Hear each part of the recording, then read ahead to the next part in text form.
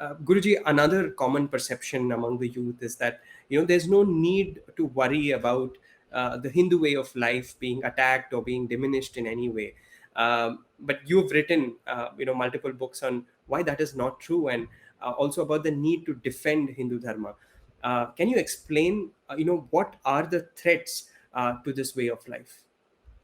Well, anybody who says that, there's nothing to worry about, the Sanatana Dharma is eternal and all that, in that part, it's true. But the thing of it is, if you read Bhagavad Gita, one of the purposes of Lord Krishna's appearance was to reestablish the broken chain of disseminating spiritual knowledge, the Vedic tradition, the Vedic knowledge that has been existing since time immemorial. It goes up and down. It has times when it becomes practically it disappears from the face of the globe. Right.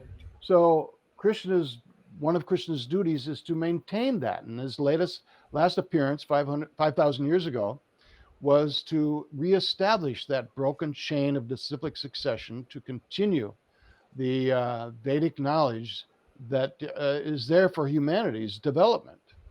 And so even today, the thing of it is, we're entering into the age of Kali Yuga, where it's known that atheists and some of the demoniac mentality becomes very prominent in society. When that happens, you have people who not just disrespect spirituality and disrespect the Vedic tradition, they would also like to see its ultimate demise. And there are, you might say, forms of government, institutions that are actually working towards that. Now, the one thing about India and the Vedic tradition you have to understand is it is a great promoter of individual freedom. Right. The individual freedom to go on the spiritual quest to find out who and what you really are.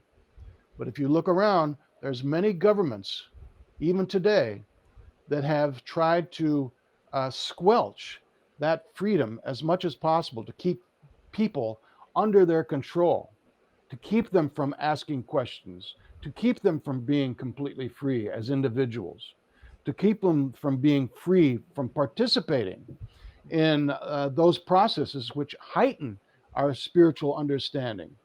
And so in that regard, we have to make sure that India remains the homeland of a dynamic and thriving Vedic tradition. If we ever lose that, then humanity, at least as we know it today, will cease to exist. Absolutely. And if you think you lose your freedom now, I mean, if you look around, you can see how many people don't have the freedom to do as they would like.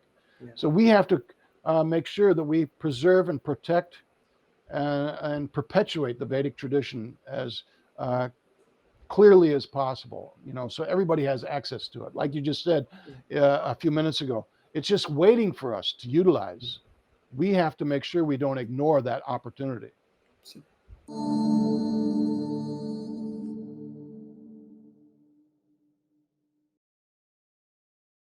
Please remember to subscribe to us and switch on the notifications for this channel. For our other social media links, more content, and to support our work, please visit citti.net. Dhanyavad. Namaskar.